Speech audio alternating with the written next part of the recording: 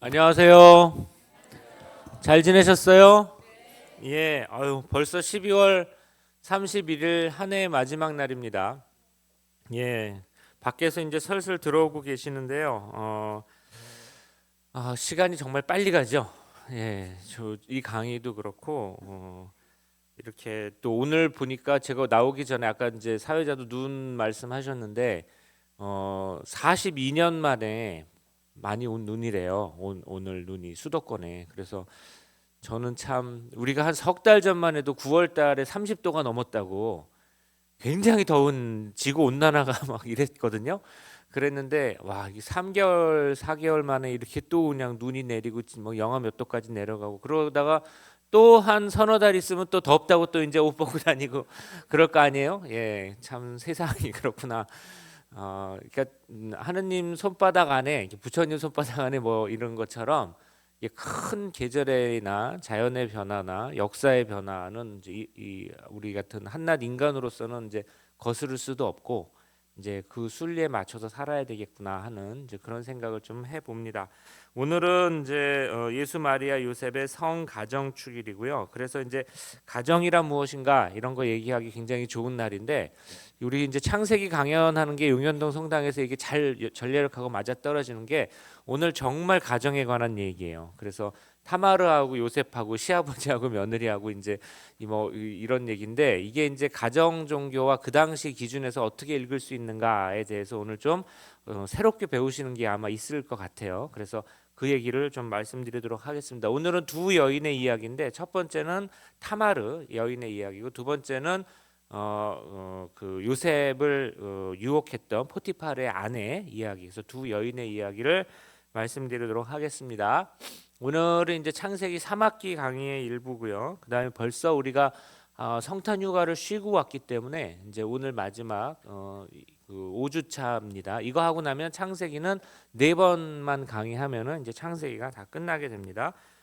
우리 제롬 성경 주회에 오늘 227쪽부터 나가는 거고요. 계속 말씀드리지만 자유롭게 이제 사진도 찍으시고 이제 공부도 하시고 또 요번 3학기부터는 제가 그림도 하나씩 보여드리고 있는데 오늘도 그림 하나 좀 준비해 온 게 있습니다. 오늘 강의를 좀 말씀드리면 이제 타마르와 유다죠. 타마르와 유다 이야기는 조금 성에 관한 이야기가 있습니다. 그래서 우리가 성이란 무엇이냐 특히 이제 불륜이란 무엇이냐 여기에 대해서 좀 생각해 볼 시간이 오늘 될 겁니다. 그리고 희한하게도 성경에서 결국은 타마르를 의인으로 얘기하거든요. 이거 굉장히 이해하기 어렵습니다. 사실은 시아버지를 유혹해 가지고 아기를 낳은 건데 이게 왜 의인이 되느냐, 이게 왜 불륜이 아니냐 이거에 대해서 오늘 좀 제가 설명을 좀 해드리려고 합니다. 그래서 가정의 어떤 오름 이런 것도 말씀드리고 또 이제 그 수수혼이라고 하죠. 형제가 죽으면 그 동생 남자 동생하고 형수가 이제 가정을 이루는 거 둘째 부인이 되는 거죠. 이제 거기에 대해서 좀 말씀드리고 하느님이 참 신비로운 방법으로 가정을 이끌어 주신다 하는 것을 오늘 마지막 교훈으로 이해하실 수가 있을 겁니다. 자, 그래서 두 여인의 이야기인데 사실은 제가 타마르 설명을 오늘은 거의 다 하려고 그래요. 포티파르의 아내 이야기는 좀 간단하니까 타마르 얘기를 조금 해보겠습니다. 이게 이렇게 시작을 합니다. 창세기 38장 1절에 보게 되면은 그때에 유다가 나옵니다. 근데 이상하죠? 우리가 야곱 이야기 다음에 요셉 이야기로 넘어가지 유다 이야기는 안 나왔습니다. 오늘은 주인공이 유다입니다. 유다 이야기가 거의 창세기에서 처음 나오는 대목이 이 대목입니다. 그러니까 12아들들을 낳았다라고 했을 때 아들들 명단에는 나오지만 유다가 어떤 사람이고 이런 거 유다의 활약은 이제 처음입니다. 그래서 희한하게도 이게 지금 유다 이야기라는 겁니다. 요셉 이야기도 아니고 야곱 이야기도 아니고 유다 이야기라는 거예요. 그런데 유다는 이때 어떻게 살고 있었습니까? 첫 문장만 읽어보세요. 시작. 그때의 유다는 형제들과 떨어져 내려와. 제 뒤에는 다 생략했습니다. 유다 혼자 살고 있었습니다. 이게 좀 수상합니다. 왜? 야곱의 12아들들이 같이 살아야 되는데 유다가 혼자 살고 형제들하고 뭔가 사이가 안 좋았던가 아니면 뭔가 이 사람이 좀 다른 생각이 있었던가 해서 떨어져 내려와 살고 있었는데 여기서 유다가 2절에서 한 일이 뭡니까? 같이 한번 읽어보세요. 시작. 유다는 그곳에서 수아라는 이름을 지닌 가나안 사람의 딸을 만나 아내로 삼고 그와 한 자리에 들었다. 이 이야기가 뭐냐? 이게 이제 약간 성경 번역에 불만을 지닐 수가 있는데 왜 그러냐면 가나안 사람의 딸을 만나서 아내로 삼았다는 말이 그냥 정식으로 혼인한 것처럼 보이지만 히브리어 원어를 읽으면 가나안 땅을 배회하다가 자기가 어떤 성적 욕망에 이끌려서 어떤 여인을 만나서 잠자리에 들었다 이렇게 해석할 수가 있습니다. 그러니까 유다가 이미 결혼을 한 것 자체가 이스라엘 여자와 결혼한 것도 아니고 가나안 여자와 결혼을 했는데 이것도 정식 결혼이 아니라 약간 창녀하고 결혼한 듯한 그런 인상을 주는 말입니다. 그러니까 이게 유다가 일단 이 결혼부터가 조금 문제가 있는 것처럼 묘사가 됩니다. 근데 이거는 원어를 읽지 않으시면 조금 알기가 어려운 부분인데요. 하여튼 그런 뉘앙스가 있습니다. 그 다음에 그래서 어쨌든 가정을 이뤘습니다. 근데 우리가 계속 창세기 이야기를 보면 알지만 이스라엘 사람의 민족과 결혼한다든가 아버지와가 정해준 여자와 결혼하지 않고 다른 이민족의 여자와 결혼하는 건 다 안 좋았습니다. 그죠? 아브라함도 하가르하고 그 아들이 결국 안 좋게 됐고 그 다음에 그 에사우도 마찬가지였고 다 이렇게 됐습니다. 그래서 이 결혼이 그렇게 좋은 결혼은 아닌 것처럼 나오는데 거기서 3절부터 보시면 이제 아들을 셋 낳았습니다. 첫째 아들의 이름이 뭡니까? 에르. 둘째 아들의 이름이 뭡니까? 오난. 셋째 아들의 이름이 뭡니까? 셀라. 요 이제 세 아들을 낳았습니다. 그래서 요걸 조금 설명을 해드리면 이렇습니다. 야곱하고 요셉 이야기는 이스라엘 남북으로 나뉘었을 때 북왕국의 이야기입니다. 북왕국의 시조가 요셉하고 야곱이에요. 그런데 남왕국을 옛날부터 뭐라고 부릅니까? 유다라고 그러거든요. 유다 왕국이라고. 그래서 요거는 남왕국의 시조 이야기하고도 관련이 있습니다. 그래서 지금까지는 쭉 북왕국 중심으로 창세기는 이야기는 되지만 남왕국의 이야기도 나온다. 이런 의미도 하나가 있고요. 두 번째로는 말씀드렸듯이 유다가 이 수아라는 가나안 여인과 결혼을 한 것이 그렇게 썩 100% 좋은 결혼이라고 보기는 힘든 좀 그런 그래서 이 결혼 자체가 살짝 좀 문제가 있는데 또 다른 한편으로는 유다는 이렇게 결혼을 했기 때문에 이 가정도 지키긴 해야 됩니다. 일단 결혼을 했으니까 좀 이어지긴 해야 됩니다. 그래서 하느님이 복을 주셨습니다. 어떤 복을 주셨냐면은 아들을 셋이나 주시는 복을 얻었어요. 창세기의 조상들 보면 아들이 없어가지고 얼마나 고생을 합니까? 아브라함도 그렇고 막 굉장히 여러모로 고생을 했는데 유다의 경우에는 조금 결혼은 좀 거시기하게 했지만 그래도 아들을 금방 또 셋이나 낳았으니까 하느님의 복을 받았구나 이렇게 이제 생각을 할 수가 있습니다. 그런데 지금부터 벌어지는 이야기는 그러니까 이 타마르 이야기는 시아버지와 잠자리를 했다 이게 중요하지 않고 이 앞에 이야기가 좀 중요합니다. 이제부터 이 세 아들이 다 문제가 있습니다. 어떤 문제가 있는지 보겠습니다. 첫째 아들의 문제는 이겁니다. 38장 6절인데요. 7절 우리가 짧으니까 이것만 좀 목소리 크게 한번 같이 맞춰서 읽어보시겠습니다. 시작. 유다는 맏아들 에르에게 아내를 얻어주었는데 그 이름은 타마르였다. 그런데 유다의 맏아들 에르는 주님께서 보기에 악하였으므로 주님께서 그를 죽게 하셨다. 첫 아들이 이제 낳았어요. 그래서 세 아들을 낳았는데 나이가 들어가지고 첫 아들이 이제 장가 보낼 때가 됐습니다. 그래가지고 여성을 하나 얻어 주었는데 타마르라는 여성을 이제 오늘의 주인공이죠. 얻어 주었습니다. 타마르는 이제 며느리가 됐는데 문제는 첫째 아들이 보기에 어때요? 악하다고 그래요. 이놈이 무슨 짓을 저질렀는지는 성경에 안 나와요. 근데 얼마나 악했으면 어떻게 했어요? 하느님께서 이 사람을 죽여버렸어요. 악해가지고 하느님이 죽인 경우는 거의 없어요. 성경에. 왜냐하면 하느님은 벌을 주시지 그래서 회개하도록 이끌어 주시는 분이세요. 하느님은 잘 참으세요. 그래서 계속해가지고 카인도 안 죽이셨습니다. 그죠? 계속 기회를 주시고 하느님이 너무 악해가지고 사람을 죽이는 예는 그 노아의 홍수 때 그 다음에 소돔과 고모라 요 정도에서 하느님이 죽이셨어요. 그러니까 하느님이 죽게 하셨다는 것은 정상적인 이야기는 왜 죽이셨는지 안 나오지만 이놈이 나쁘다 이게 보통 나쁜 놈이 아니에요. 좀 심하게 나쁜 놈이에요. 그러니까 타마르는 결혼이 좀 불행했겠죠.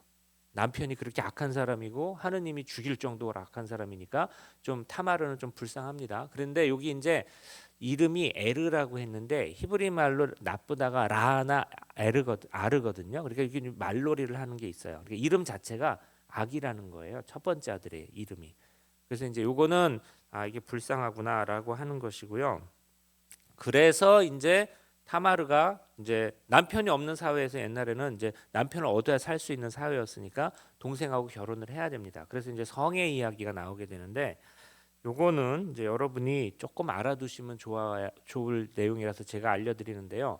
성경을 읽으실 때 성이 나오면은 현대인의 성하고는 틀립니다. 현대인들은 성을 어떻게 알아듣냐면 개인적인 일로 알아들어요. 그리고 자극이나 쾌락으로 알아듣습니다. 성 그러면 일단 좀 부끄럽고 개인적인 일이고 좀 숨겨야 되고 뭐 이런 식으로 알아듣는데 성경은 옛날의 성입니다. 옛날의 성은 어떤 식이냐면 공동체의 일이에요. 그 다음에 질서나 위생과 관련이 있습니다. 질서는 뭐예요? 남녀의 질서. 그 다음에 출산의 질서. 그 다음에 아버지와 아들, 엄마와 딸의 질서 이런 걸 얘기해 주는 게 성이에요. 그리고 두 번째로는 위생과 관련이 있어요. 성경에서 그래서 성이 나오게 되면은 어떤 질병이라든지 이런 거와 관련이 잘 돼요. 왜냐하면 지금도 그렇지만 옛날에도 이 성과 관련된 인간의 기구가 감염되기도 쉽고 좀 이렇게 병 걸리기도 쉬운 곳이에요. 굉장히 민감한 곳이니까. 그래서 이게 성경을 읽으실 때는 성이 나온다 그러면 아우 뭐 너무 요즘에 왜 성경에 그런 얘기가 나와 불륜이라든지 잠자리라든지 이런 얘기가 왜 나와 이렇게 선대인의 식으로 알아듣지 마시고 여기 무슨 질서를 얘기해 주는구나. 여기에 무슨 어떤 위생이라든지 공동체를 이어나가는 걸 얘기해 주는구나. 이렇게 알아들으시는 게 좋습니다. 이게 성과 관련해서 많이 바뀌어서 그래요. 그래서 이제 타마르는 지금 어떤 처지냐면은 결혼을 했는데 시아버지하고 시어머니 결혼도 뭐 그렇게 썩 좋지 않았는데 그런 집안에 들어간 겁니다. 근데 남편은 아주 또 악해서 아주 하느님의 벌을 받아 죽을 놈이에요. 그러니까 지금 타마르에게 살기 위해서는 시동생과 결혼을 해가지고 아이를 낳아야 됩니다. 아들을 낳아야지 살 수 있는 그런 사회예요. 그런데 여기서 결혼을 하는 걸 이제 수수콘이라고 합니다. 수수콘은 이제 결국은 이걸 이제 시수콘이라고도 하고 수원법이라고도 부르는데 죽은 형제의 아내와 혼인을 하는 겁니다. 왜 그러냐면 옛날에는 이제 가부장제 사회니까 여성이 제일 가난한 여성이 누구냐면 과부예요. 그러니까 어쨌든 남편이 있거나 아들이 있거나 아버지가 있어야 삽니다. 요즘은 뭐 평등한 사회가 됐으니까 그렇게 여자 혼자 호주가 되기도 하고 직업을 얻기도 하고 그런 사회가 됐지만 이건 벌써 수천 년 전 얘기입니다. 우리나라도 아주 옛날에는 그렇게 못 살았잖아요. 그러니까 지금 성경에서는 이 여자가 살기 위해 가지고는 남편을 얻어야 됩니다. 그래서 구약 성경에 이 수수콘 제도가 있습니다. 죽은 형제와 의 아내와 이제 시동생이 결혼하는 건데 이 수수콘 제도가 보게 되면 제 밑에 이제 빨간 줄을 쳐놨죠. 상속 문제.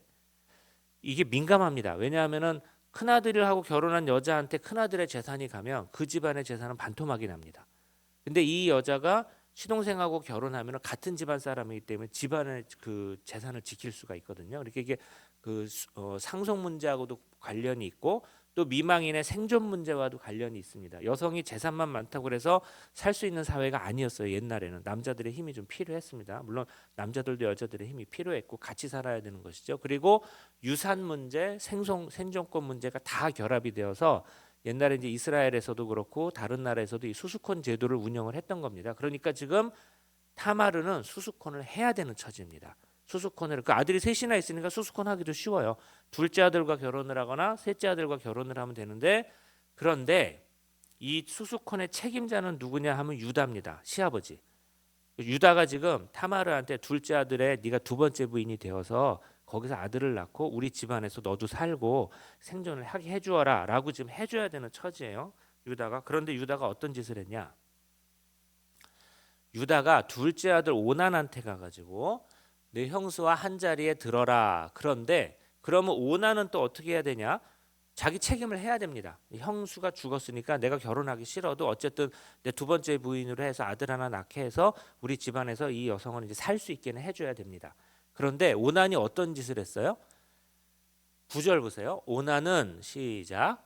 오난은 그 자손이 자기 자손이 되지 않을 것을 알고 있었기 때문에 형수와 한 자리에 들 때마다 형에게 자손을 만들어 주지 않으려고 그것을 바닥에 쏟아 버리곤 하였다. 이렇게. 그러니까 오난은 이게 나중에 자기 아들이긴 하지만 정식으로는 죽은 형의 아들이 됩니다. 그 아들이. 그래서 이제 그 대를 잇게 만드는 거죠. 옛날에 우리나라도 보면 자식이 없으면 이렇게 남자 형제끼리 아들 이렇게 왔다 갔다 했잖아요.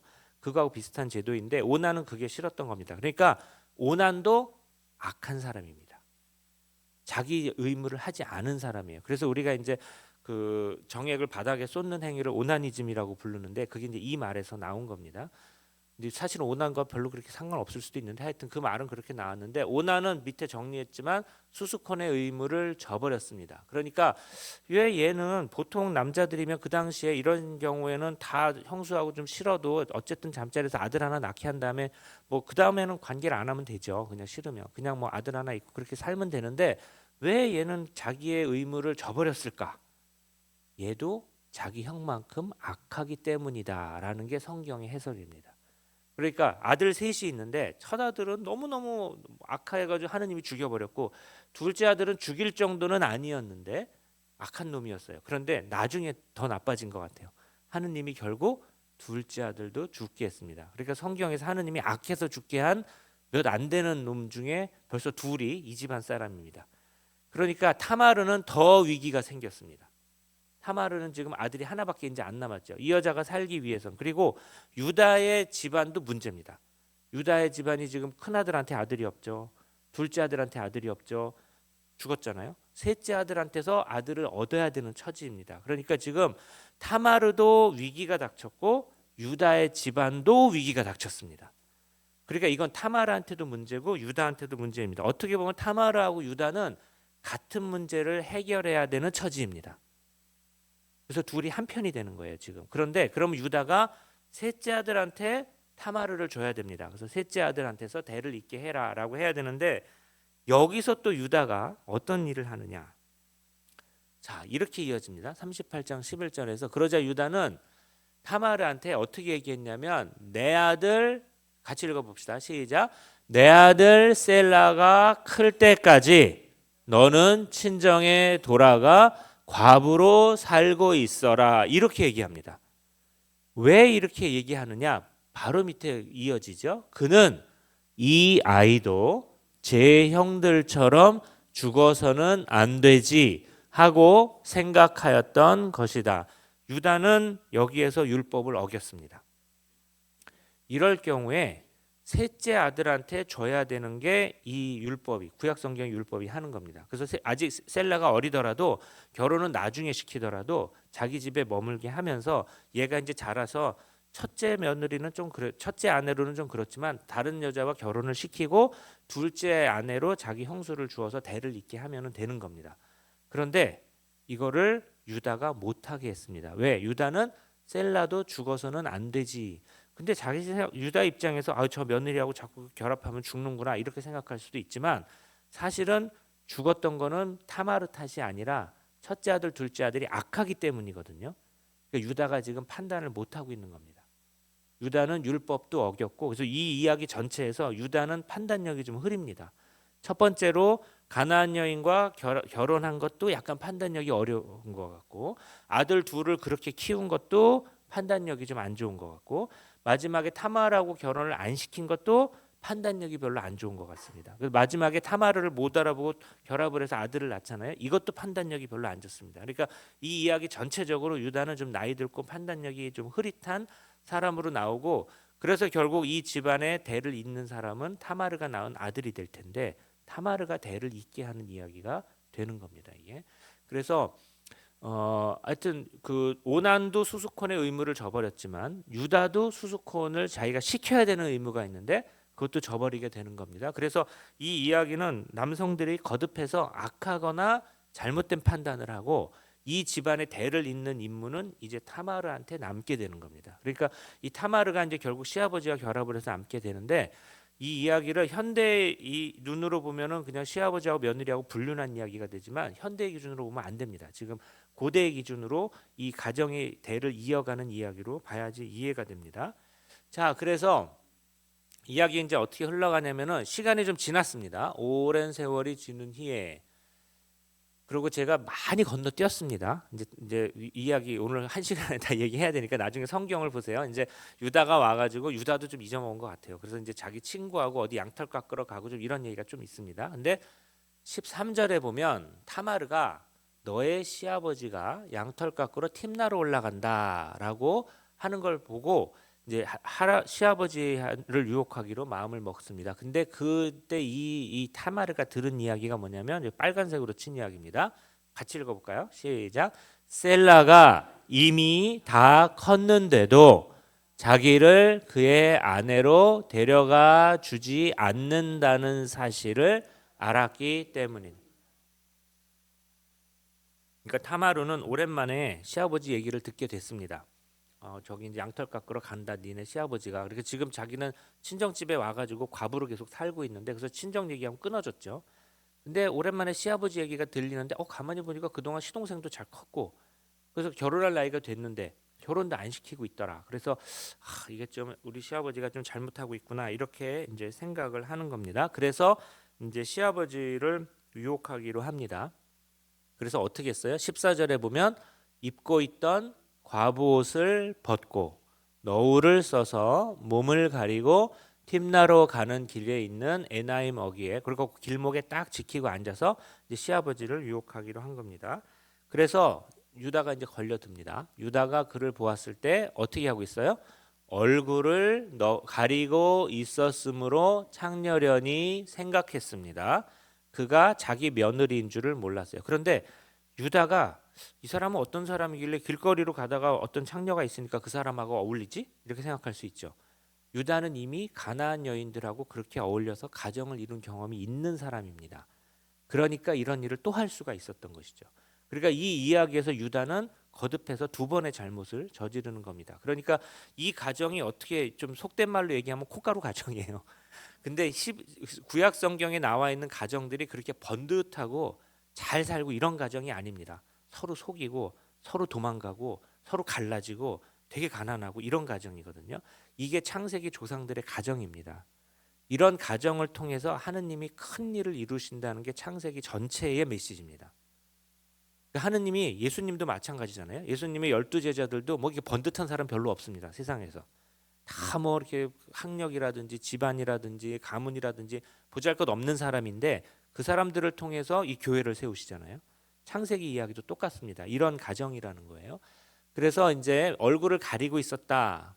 그래서 이제 이런 과부가 이제 당시 사회에서 제일 밑바닥의 존재였는데 타마르는 그 자기의 처지를 이제 개선하고 가정의 대를 이으려고 합니다. 그래서 이제 그 결합을 하기 전에 인장과 줄 지팡이를 좀 주십시오. 그래가지고 이제 그 잠자리에 들게 되고 거기서 아이를 얻게 됩니다. 그래서 이 아이가 결국 유다 지파를 잇는 아이가 되는 겁니다. 그러니까 아주 이상하게 이제 이루어지긴 하지만 그래서 어쨌든 대가 이어지는 겁니다. 그러니까 타마르가 아니었으면 유다 지파의 대는 끊어질 수도 있었던 것이죠. 여기서 요 15절 보세요. 유다가 타마르를 볼 때 타마르가 얼굴을 가리고 있었다. 이게 여러분들이 성화를 보실 때 잘 보셔야 되는 점입니다. 저 이제 이런 성화를 많이 봅니다. 여러분이 이제 교회 다니시다 보면 성화를 많이 보시게 되고 만약에 유럽 같은데 성지순례라도 가시게 되시면은 거기서 하여튼 성화가 엄청 많죠. 그래서 사실 헷갈립니다. 이게 성경이 어느 대목인지 저 할아버지 누구고 저 여자 누군지 헷갈리는데 나이든 남자가 눈을 가리고 있는 젊은 여자하고 길가에 서 있으면 요거는 타마르하고 유다입니다. 왜? 얼굴을 가리고 있었다 이것 때문에. 성경에 여성이 얼굴을 가리는 게 몇 번 안 나오거든요. 그래서 저렇게 눈을 가리고 있으면 저게 이렇게 성화를 보실 때 요 포인트입니다. 바로 눈을 가리고 있었다 이겁니다. 이런 성화는 많이 볼 수 있습니다. 요건 1600년대 네덜란드 성화인데 여기서도 마찬가지로 나이든 남자, 할아버지 같은 사람이 며느리니까 나이 차이가 나겠죠. 젊은 여사의 눈을 가리고 있고 둘이 약간 이렇게 에로스적인 분위기를 약간 있으면은 요게 이제 유다하고 타마르 이야기가 되는 겁니다. 그리고 요거는 이제 렘브란트 그림인데 렘브란트 그림도 마찬가지입니다. 요 나이든 남자가 이제 젊은 여성의 눈을 가리고 있죠. 그래서 얼굴을 못 알아보았다. 그래서 사실은 뭐 얼굴을 못 알아보고 있어서 둘이 잠자리를 했는데 어떻게 며느리인 걸 몰라요. 근데 좀 이상하긴 한데 어쨌든 네 그렇습니다. 그래서 이제 그런 거 지나갑시다. 잘 모르겠으니까. 그래서 이제 유다가 이제 어쨌든 타마르는 아이를 가지는데 성공했습니다. 그래서 이제 아이를 가졌는데 석 달쯤 지나가지고 그러니까 아이를 가졌으니까 석 달쯤 지나면 이제 태기가 있고 배가 조금씩 이제 불러오겠죠. 그래서 사람들이 수군대는 겁니다. 그대의 며느리 타마르가 창녀 노릇을 해서 임신까지 했다. 배가 불러오고 있다. 이런 걸 이제 얘기를 한 겁니다. 그런데 유다가 여기에 대해서 화를 냅니다. 어떤 화를 내서 어떻게 해요? 그를 끌어내어 화형에 처하여라. 불에 태워 죽여라. 그러니까 자기 며느리가 가서 이것도 약간 이상한 게 수수콘을 자기가 안 올려줬는데 그 친정에 가 있으면 사실은 그 친정 사람이 되는 거거든요. 근데도 화형에 처하여라. 그러니까 유다는 사실은 정당성이 좀 없어요. 이게 이제 유다 이야기, 이 이야기 전체적으로 유다가 판단력이 좀 흐려진 것처럼 나옵니다. 그러니까 가나안 여인이나 길거리에 가는 창녀하고 이게 결합을 한 것도 좀 그렇고 아들 둘을 잘못 키운 것도 그렇고 수수콘을 안 올린 것도 그렇고 여기서 이렇게 굉장히 화를 내는 것도 그렇고 좀 이렇게 예측하기 어렵고 약간 판단력이 흐려진 그런 할아버지 같은 모습이 됩니다. 근데 그 이제 타마르가 이제 자기의 그 계략을 여기서 펼쳐 보이는 것이죠. 그러면서 그때 징표로 주었던 인장과 줄과 지팡이. 근데 이 인장과 줄과 지팡이는 전부 이 권력을 가진 사람의 상징이었습니다. 지팡이도 그렇고 인장도 그렇고. 그래서 유다가 가진 어떤 권력, 유다가 가진 권위, 한 지파의 우두머리로서 가진 한 가장으로서 가지는 권위가 누구한테 가 있느냐 지금 타마르한테 가 있습니다. 왜? 가장이 해야 될 일이 뭐냐면은 오늘날에도 그렇지만 옛날에는 특히 자기의 가문을 지키는 겁니다. 가문의 위신도 지켜야 되고 가문의 믿음도 지켜야 되고 자기 집안에 그리고 그 가문 그 가정이 계속 이어질 수 있도록 대도 있게 해야 되는 의무가 있는 겁니다. 근데 유다는 지금 다 못했어요. 아들도 잘못 키웠고 자기도 잘못했고 그 타마르라는 며느리를 결혼도 못 시키고 이렇게 지금 하고 있습니다. 그래서 이 권위의 상징이 어디로 가 있느냐? 지금 타마르한테 가 있는 겁니다. 이 집안은 지금 타마르가 일으키고 있는 거예요. 그래서 유다는 좀 어리석고 한편으로는 뻔뻔한 사람으로 그려집니다. 그리고 타마르가 이 집안을 일으키는 이야기예요. 그래서 요 당신이 나한테 준 거다. 그래서 이제 이걸 주니까 유다가 그것을 살펴보면서 이제 깨달은 것이죠. 얘가 이렇게 해가지고 이제 대를 이으려고 했구나. 그래서 유다가 그것을 살펴보다가 뭐라고 말했습니까? 이게 되게 중요합니다. 이 이야기에서 요 빨간 줄 친 거 한번 같이 천천히 생각하면서 또박또박 읽어보세요. 시작. 그 애가 나보다 더 옳다. 내가 그 애를 내 아들 셀라에게 아내로 주지 않았기 때문이다. 이제 깨닫습니다. 셀라가 나이가 들었는데 첫째 부인은 아니더라도 둘째 부인으로라도 줬어야 되는데 그렇게 결혼식을 자기가 시켰어야 되는데 내가 잘못했구나라는 걸 뒤늦게 깨달았는데 이때 유다가 뭐라고 얘기해요? 그 애가 나보다 더 옳다는 겁니다. 타마르가 이게 정말 잘했구나. 그래서 이제 지금하고 조금 다르지만 옛날에는 결국 그 아버지의 씨가 아이를 잇는다고 생각했기 때문에 유다의 아들이 되던 셀라의 아들이 되던 에르나 오난의 아들이 되던 다 같은 아들이라고 생각하던 시대였어요. 그러니까 타마르는 결국 이 집안의 대를 잇게 한 여자가 되는 겁니다. 그래서 타마르가 옳다라고 얘기한 거예요. 그래서 이게 이 이야기의 특징입니다.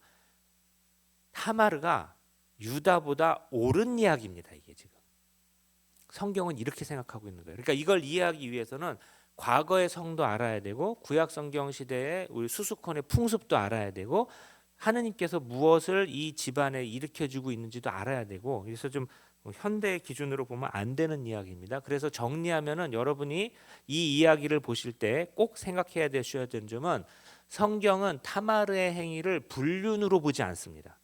요즘은 불륜으로 봅니다. 요즘 이러면 안 됩니다. 성경 시대의 기준을 그래서 현대에 적용할 때는 100% 그대로 다 하면 안 돼요. 옛날에 하느님이 말씀을 주시는 그 당시 풍습을 좀 알아야 됩니다. 그래서 불륜으로 보지 않고 어떻게 보냐면은 옳음과 틀림, 정의와 불의로 봅니다. 이 집안의 대를 잇게 해야 하는데 그리고 집안을 하느님의 눈에 들게 잘 이제 그 운영회를 해야 되는데 유다는 못했습니다. 아들도 잘못 키웠고 대를 잇게 하는 행위도 잘 못했고 대를 잇게 하는 행위는 못하면서 자기는 막 이 여자 저 여자하고 막 했습니다. 그러니까 이 잘못한 거죠. 하지만 타마르는 자기가 기다리고 있다가 첫째 아들, 둘째 아들, 그리고 셋째 아들이 안 되니까 자기가 지략을 발휘해 가지고 대를 잇게 하는 이야기가 되는 겁니다. 그래서 성경은 타마르가 옳았다. 그것도 유다의 입을 통해 가지고 그 실토하게 만듭니다. 자, 이게 타마르 이야기입니다. 그래서 타마르와 유다의 이야기가 왜 옛날에 이런 이야기가 있고 시아버지하고 며느리하고 왜 이렇게 대를 잇게 하나 이렇게 이제 걱정은 하지 마시고 오늘 제가 정리해 드렸으니까 이제 이렇게 이해를 하시면 되겠습니다. 자, 이렇게 타마르 이야기는 그래서 간단하게 요점 정리하면 이랬는데 중간에 제가 이게 되게 긴 이야기인데 중간에 디테일을 좀 많이 빼먹었어요. 그래서 나중에 꼭 성경을 한번 읽어보시고 오늘 제가 말씀드린 걸 기준으로 해서 한번 묵상을 해보시면은 좋은 묵상이 되리라고 봅니다. 그 다음에 이제 또 하나의 여인이 나오는데 그 이야기는 바로 이어지는 여인의 이야기는 포티파르의 아내 이야기입니다. 이거는 좀 간단하죠. 포티파르 요셉이 이집트로 팔려갔는데 포티파르의 아내가 요셉이 잘생겼다고 나오거든요. 그래서 요셉을 이제 유혹합니다. 막 주인 남편이 없을 때 요셉을 막 유혹을 하는데 이제 요셉이 아니요. 이제 그 유혹에 여기는 불륜입니다. 이제 거절을 하니까 오히려 뒤집어 씌우죠. 저 남자가 나를 겁탈하려고 했습니다. 해가지고 뒤집어 씌웁니다. 그래서 요셉이 감옥에 갇히는 이야기입니다. 이거 뭐 여러분 잘 아실 텐데 이 이야기의 중요한 점은 이겁니다. 39년 이 이야기가 다 끝나고 요셉이 감옥에 갇힙니다. 그런데 감옥에 갇힌 요셉한테 하느님이 함께 해주시면서 빨간 줄 맨 위에 친 거 한번 같이 읽어보세요. 시작. 자애를 베푸시어 전옥의 눈에 들게 해주셨다. 전옥이 그 간수지요. 그러니까 갇혔지만 거기서도 하느님의 왜냐하면 요셉은 자기의 정당함을 지켰습니다. 불륜을 저지르지 않았고 자기한테 잘 해준 포티파르의 아내의 유혹에 넘어가지 않았어요. 그래서 잘 해줬습니다. 그래서 맨 밑에 빨간 줄을 한번 읽어보세요. 주님께서 요셉과 함께 계셨으며 그가 하는 일마다 주님께서 잘 이루어 주셨기 때문이다. 요셉은 계속해서 하느님과 함께 삽니다. 그래서 여기서 요셉 이야기의 특징이 우리가 야곱 이야기부터 계속 보지만 속임수라고 그랬잖아요. 창세기 이야기 보면 상대를 속이는 걸 자꾸 쓰거든요. 근데 요셉도 결국은 어떤 속임수의 희생양이 된 겁니다. 요셉의 그 포티파르의 아내가 요셉을 유혹한 다음에 상황이 자기한테 불리할 것 같으니까 거짓말을 쓴 거죠. 저놈이 나를 겁탈하려고 했어요. 그래서 그 속임수를 썼고 여기에서 요셉이 거기에 희생양이 됩니다. 그런데 요셉 이야기의 특징은 그 앞에 나오는 선조들이 한 번도 겪지 않은 고난을 겪는데 그게 뭐냐면은 감금되는 겁니다. 갇힙니다. 구덩이 한번 빠졌었죠, 형들한테. 근데 이번에는 어떻게 됩니까? 감옥에 들어갑니다. 갇힙니다. 그리고 나중에 형제들이 찾아왔을 때 모르는 척하면서 어떻게 합니다? 형제들을 감옥에 한번 가둡니다. 요셉 이야기에서는 자꾸 가둬요. 이게 그 이전에 있었던 이야기하고 틀린 겁니다. 새로운 고난을 계속해서 주고받습니다. 속임수도 주고받고 그렇지만 갇히더라도 하느님이 계속 도와주십니다. 자, 그래서 이제 간단하게 오늘 이야기를 정리하면 이렇습니다. 두 이야기는 모두 여성의 이야기라는 공통점이 있습니다. 여성을 주요 모티브로 하는데 첫 번째 이야기에서는 타마르가 옳은 거지만 두 번째 이야기에서는 포티파르의 아내가 잘못된 겁니다. 그러니까 여성 둘 다 주인공처럼 나오지만 사실은 두 번째 이야기 주인공은 요셉이죠. 타마르 같은 경우에는 그 여성의 지략과 용기로 가정의 대를 잇게 만들었습니다. 그래서 타마르가 옳았습니다. 두 번째 이야기에서는 요셉이 옳은 겁니다. 근데 요셉은 사실은 희생이 됐습니다. 그 속임수에. 그래서 감옥에 갇혔습니다. 근데 여기에서도 하느님이 도와주십니다. 그래서 앞으로는 요셉은 하느님이 계속 도와주시거든요. 그 도와주시는 이야기가 계속해서 나옵니다. 그래서 지금 요셉은 속임수에 빠져가지고 감옥에 갇혔는데 이 감옥에서 탈출하는 이야기가 앞으로 이어집니다. 이제 하느님의 도움이 되죠. 그게 어떻게 탈출을 해요?